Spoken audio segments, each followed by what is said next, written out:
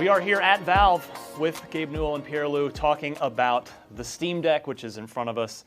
Gabe, first of all, it's the world has changed a lot since I was last sitting here with you, right before Alex shipped. Yep. Welcome back from New Zealand. Is it good to be back home here? Yeah, it's great to be back in the offices and getting to work with everybody face to face.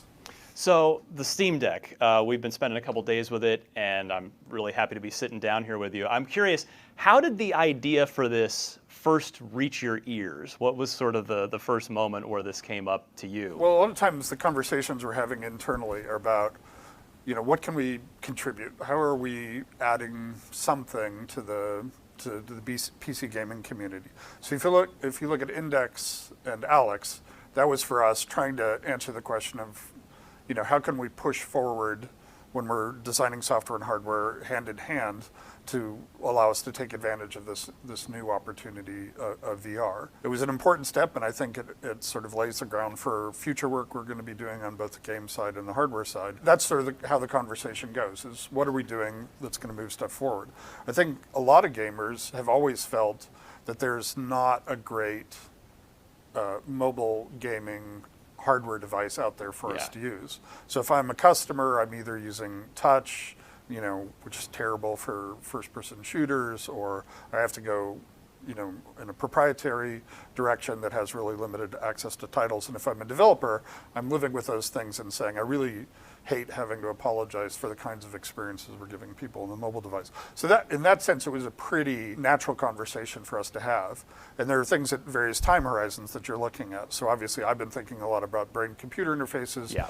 And that's the kind of thing where you're public about it way in advance of any sort of products or things like that. But it just sort of fits into that overall conversation. So it wasn't that strange a conversation. It was like we're always talking about mobile gaming platforms and the trade-offs that we feel exist for ourselves as game players and as game developers. So it was pretty natural.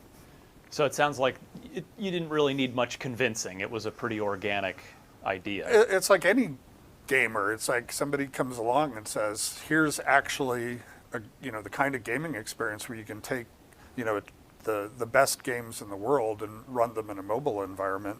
We all have known that forever, right? I mean, if you'd asked gamers 20 years ago, they would have been saying the same thing. It's just we're sort of at the point now where the technologies, the enabling technologies advance, the mobile gaming hardware has reached the point where we can really pull that off. What does success, you just kind of mentioned what you were doing with Index and with Alex and trying to sort of move things forward there in that realm. What does success look like for Valve on this? Like monetarily, does the whole project need to break even? Does it need to be profitable? Does that matter? Is it about driving Steam's subscriptions, engagement? What's sort of the KPI here? Well, I think it gets harder over time.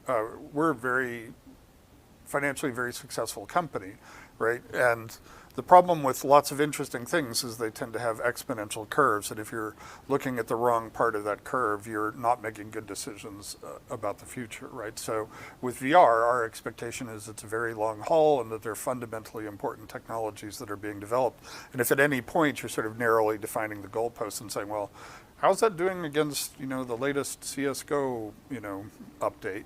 You're always gonna end up making bad decisions based on that. So for us, it's really, how does the press react? What are they saying about it? What are they saying about it a year later, right? What's the perception? What are gamers saying? What are their reactions? What are our partners saying are the kinds of things that are most helpful to us? Because our assumption is these are long-term decisions that we're making about how we can contribute to the health and the vitality of this ecosystem. And we're always going to be successful as long as that's continuing to happen. So, there are people who have those kinds of opportunities, and it's really a question of do they make smart decisions, about how to keep the ball rolling down the hill. And for us, this seems like an obvious opportunity for us to address that. So in terms of feedback, it's really how are people going to react, right? We expect that we're going to sell a ton of these. But it's more important where everybody says, and we can't wait to see what comes next. Yeah. Or developers coming to us and saying, this opens the doors to a lot of opportunities. So it's, just about those expectations about the future, which are going to be most critical in us determining whether or not we've been successful. Pirlo, from your perspective, what does success look like on this project? I think Gabe summed it up really well. If down the line we're talking to a bunch of developers on Steam and they're saying, oh wow, this really helped us connect to either a new set of players or players are that much happier playing in the mobile space, and we didn't have to do that much work for it or even no work at all. I think this looks great from our perspective. And if it opens up new opportunities for them when they're thinking about game designs, right? We've been sort of blocking a set of things off as kind of being static and fixed. And if they start viewing this as an opportunity to be more innovative, how can we evolve the input side of this? Right. What are the other technologies that we can bring to this that enable new kinds of experiences and new gameplay mechanics? Well, along those same lines, what have your previous adventures in hardware development taught you heading into this? Well, I mean, that's a very long, every time we do anything, we tend to learn a lot. I think Index taught us a lot about the value of doing things hand in hand in software and hardware development, which is something that we expected, right? It was that I felt like we were really successful in capitalizing on, designing the controllers at the same time we're designing Alex. Yeah. Trying to do stuff in a game really informs that. A lot of the technologies we've developed in some of these other hardware devices, like the game controller, applies directly to this. The learning curve has to be zero, right? You just have to be able to hand something to them and they say, oh, I know how this all works, right? It's like, oh, look, it does exactly what I expected. I used the touchscreen and it, worked properly. I'm used to, let's say, an Xbox controller. Oh, this behaves exactly how I'm expecting and the games are working. So that's an example of something that we learned there. Price performance is going to be one of the critical factors in the mobile space. And so we've had to be very aggressive in terms of pricing on the deck. Well, speaking of which, I think this is the part where you get to tell me the price, because the audience will know by now, by the time this interview's up, but we've been seeing everything, and so we've actually been curious while we've been here. Now we know that there are multiple versions, all not teraflop-wise, not power-wise, but just we've got this different storage levels. So what is the price level here? The three price points are $399 for $529 and $649, and the only difference between those is the amount of storage and the speed of the storage. So as you go bigger, we're also making it faster. Yeah, and you've got an NVMe drive in there. Yep. Yeah. And so that's the difference. But all of the other characteristics, in terms of the gaming performance that you're going to get, they're going to be identical. I'm curious, what were some of the other names considered for Steam Deck on the whiteboard? Steam Buddy, Steam Pal. Very early on, we had pretty terrifying prototypes, so we gave them appropriate names like Ugly Baby and things like that. Those weren't great.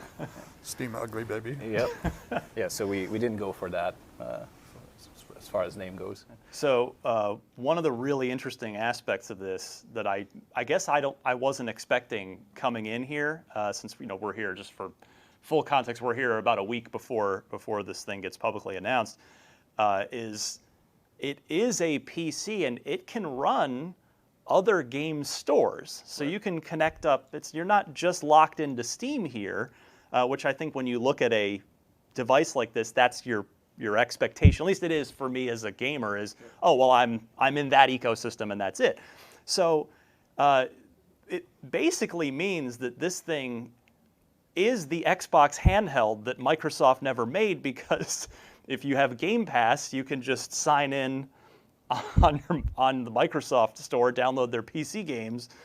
Have you talked to Microsoft at all about this yet? Because obviously, I'm sure you have a limited circle of trust here. Like, do they know you're about to release an Xbox handheld? Well, you know more of the details than they do, but our view is that the openness of the PC ecosystem is the superpower, right? That we all collectively benefit from. So if you want to install the Epic Game Store on here, if you want to, run an Oculus Quest on it, those things are those are all great. Those are features, right? Yeah. That's what I want to hear as a gamer. I don't want to hear that somebody's got some Trojan horse that's going to try to lock me down. I want to hear whatever I want to do. If there's hardware I want to attach to it, if there's software I want to install, I can just go and do it.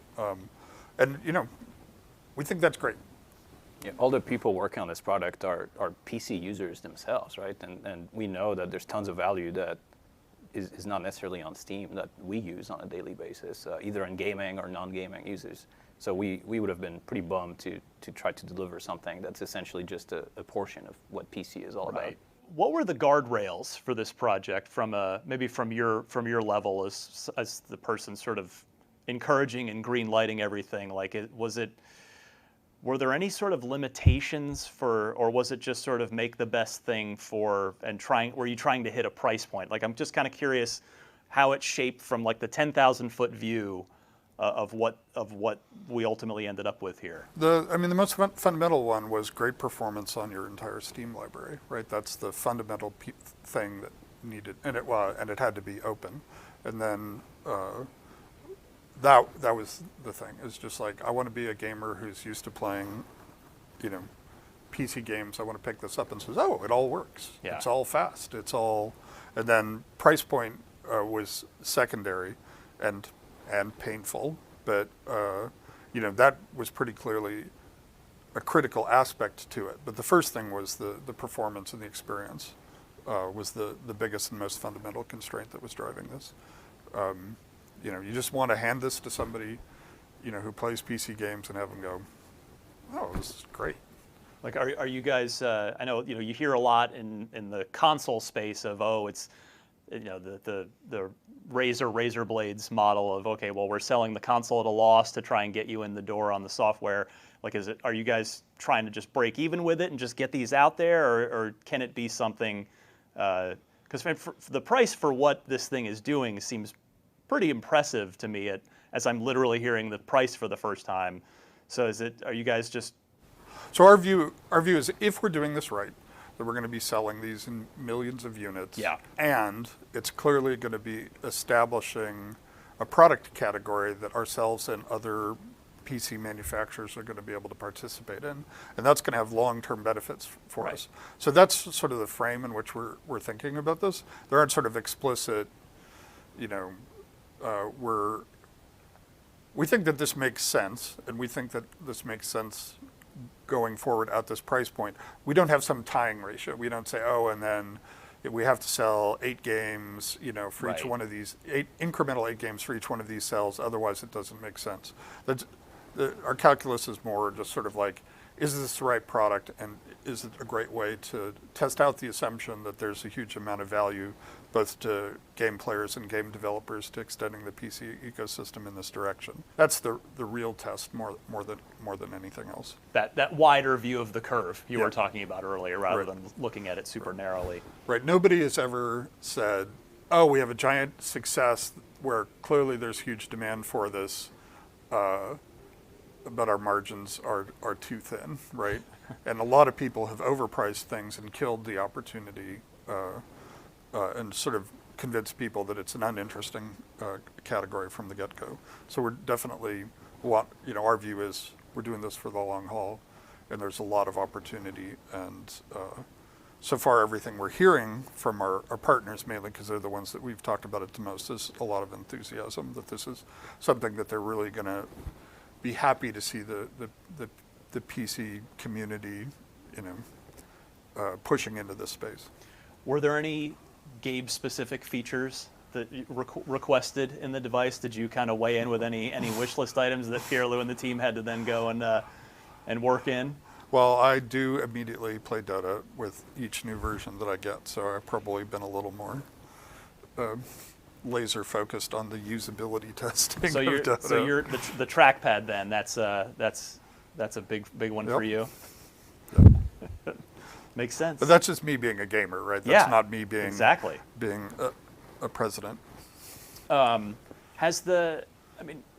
can't help. Well, okay, we as gamers can't help but look at this and see, a similar form factor to a Nintendo Switch. I mean, and you guys, you play everything. So and Nintendo of America's not far from here. Yep. Has the Switch influenced this at all, either ergonomically or in terms of just showing, hey, there is a market for, like, higher end handheld gaming, or is it just not Well, really a factor for you? I mean, there have been attempts to provide mobile gaming platforms for a really long time, and for me, as somebody who's used to sort of high-end desktop PC gaming and console gaming, they always felt like they were compromises.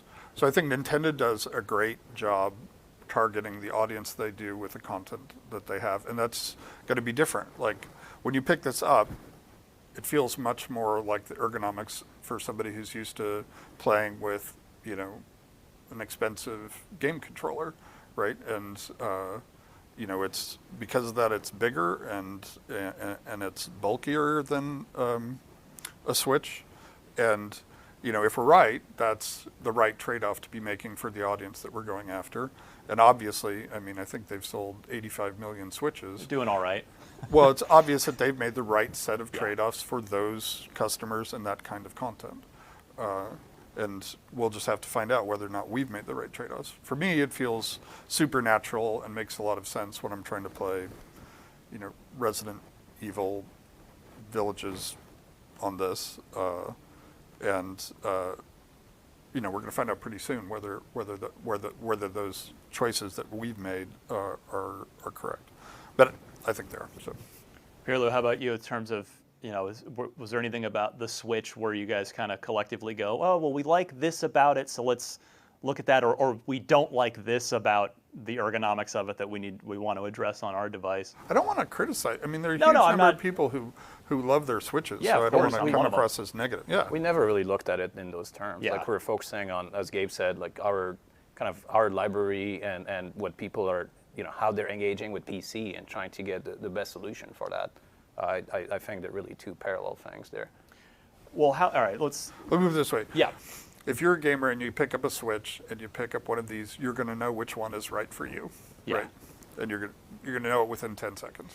So, what can Valve do to help avoid the pre-ordering nightmare that gamers endured with the Xbox Series and the PlayStation 5 launches last year, or if anything? we're going to have a reservation system. People can, as soon as the announcement goes live, they can start reserving whichever SKU they want. So, and that'll give them a sense of when those deliveries are going to occur. And all the we're not going through any sales intermediaries, so they should have a pretty accurate understanding of when they'll get their devices. So all sales will go through Valve, similar to the Index. It won't just be in Target or Best Buy. We may end up doing that eventually, but for now it's just a lot easier to communicate to customers about delivery dates and things like that. Yeah. When it's directly between what we know about our our production capability and the customers. Well, over the last decade, but particularly maybe half decade, Valve's really become every bit as a hardware company as it ever is or was a software company. Are there any other areas that you're still looking that you see in the future for Valve that you want to branch into? You mean in addition to hardware? Yeah. Well, hardware plus software is a pretty big. That'll keep us busy for a while. So, unless I decide to go to medical research for brain-computer interfaces. Well, that's exactly where I wanted to go next. Actually, is that was a topic that I was surprised to hear from you about last time, and it sounds like something you've been putting a lot of time and energy into that. Has the pandemic changed your sort of thoughts on that at all, either to try and accelerate that research, or I'm just sort of curious, 1 year later, talking to you from a year ago to now, is that still a big focus and absolutely thing for you? Yeah. Yep. Super, super exciting. I think the things that we'll be able to do are, it's one of those highly speculative bets, and and within our company, it's the kind of longer range, risky thing that it's probably easier for me to do than other people, simply because I've got a track record of making risky long-term bets, some of which have paid off, and some of which have not. So, but I've got enough. There's less stress on me pushing in those kinds of risky directions than there is for other people. So it's a useful role for me internally in sort of the political economy of Valve. This one I think be good for both of you here. For both in terms of first for Gabe, has your time in New Zealand and obviously the weathering the pandemic changed your thinking about centralized office and operating a company in general? And Pierre, I'd be curious then to get your perspective on it from the actual team developing this thing, the sort of ups and downs of being together and then being not. On my side, I think if anything, it reinforced my belief of the benefits of everyone being in the office and collaborating.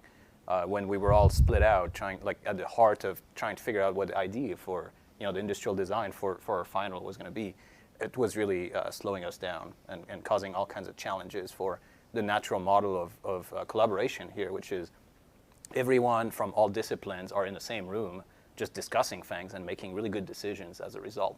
So I think everyone was really eager to get back in the office. That might largely be due because of the way we work, but I think for Valve it's the right model, and we're really all happy to be back here in the office. So I think we all got better at working remotely. I was working just a little more remotely than most other people. I think if you looked at sort of coarse measures of productivity, just the lazy, how many lines of code get checked in, how many assets, our productivity was impaired about 25% over the last year. Like everybody's like, what does the pandemic mean for me personally? What does it mean for the business? What does it mean for the team that I'm working on? So we tried to just sort of come up with really quick and dirty ways of measuring that. And so it was like about 25%. But that wasn't homogeneous across all the different things that we do. Yeah. So things that involved you, like going off and thinking, like just pure code production. Like I already know what I'm going to go write, and I just know that I have a bunch of code I need to write. That actually got a little bit better. Anything that required sort of back and forth collaboration, like it was a great time to be, an individual contributor, being a hermit, just producing stuff. But anything that, like trying to launch a new product would have been impossible in the pandemic, because that's the phase in which there's that maximal amount of interchange of ideas back and forth, triggering ideas in other people and so on. So that would be an example, like, making a whole bunch of hats for a game. Yeah, the pandemic didn't hurt us. Coming up with what is a next product for us to go build, that would have been super challenging. Those are sort of the two extremes. Yeah. Well, since we last talked over a year ago, Alex hadn't shipped yet. It was getting there, and then you ended up having to ship it from home. So now that that game's been out for over a year, I'm curious how you feel about it in hindsight. You kind of touched on it early in our conversation here, but are you frustrated that it didn't win more awards that it was certainly worthy of? Did it move the needle on VR adoption? I know you're. Yeah. So I'm kind of curious how you feel about it. A year plus out. Yeah, I feel great a year out. I think it's been super helpful in us in terms of like, what do we do next? How do we continue to move VR forward? What are the opportunities in the space? So in that sense, it's been hugely successful. Everything we saw in terms of VR adoption, it had a positive impact there. There are a lot of the word stuff. To me, feels a little bit like that's not the right metric to be applying to those kinds of projects. It's great if you get them, but you shouldn't. Even if you get a bunch of awards, if it doesn't solve the other problems, then you haven't solved the more interesting challenges. So in terms of giving us this confidence, it was hugely helpful with DEC, right? This notion that yes, working these tightly coupled hardware-software designs can in fact have big payoffs. You don't end up with, well, why'd we do that? It's the same hardware that anybody else would build, or yeah. The game developer saying, yeah, but that's great, but you haven't impacted my thinking at all, or about what the opportunity space is. So yeah, I'm super happy with Alex and everything that the team did, and the implications it has for our business long term. Pierre-Lou, how about you? A year out, how do you feel looking back on Alex now? I mean, I was not really involved with that project, right? But I played it a lot leading into launch just to give playtest feedback, and I really loved it. It seems like for the past year, I've seen lots of comments and happy players and people that really enjoyed it as well, and so it seems like a big success to me. But what did Index and Alex mean? I mean, you heard me saying about the confidence aspect of it. I mean, what did it mean to you in terms of how? I mean, you were in the hell of why are we doing this project that every project goes through on deck. Yeah, it was really, really positive to see, and I think the tight integration between the Index controller and Alex gave us a lot of ideas for new input schemes, and really kind of reinforced our confidence going into deck as well. And very narrowly it addressed the issue with the thumbsticks, right? We got some good feedback from that too, yes. And we got some good thumbsticks on the deck. So. Yeah, full-size thumbsticks with the capacitive touch. It's been fun to use here these last couple days. All right, last question because I got to let you go, but still on the subject of Alex, because again, it's a nice opportunity to come back here after it's been out. What was your reaction when you first either read the script for or saw on the screen the ending? Spoiler alert for anybody that hasn't finished Half-Life Alex. You obviously have such a connection to the original games, the original two, and now, so when you saw that ending come to life, what was your thought? Endings are hard, but to us it feels like the right progression for where we're going with Half-Life. So, and that's. Yeah, so it worked perfectly in terms of where we see ourselves headed. So that's music to my ears as a Half-Life fan. Gabe, Pierre-Lou, thank you so much. Thanks.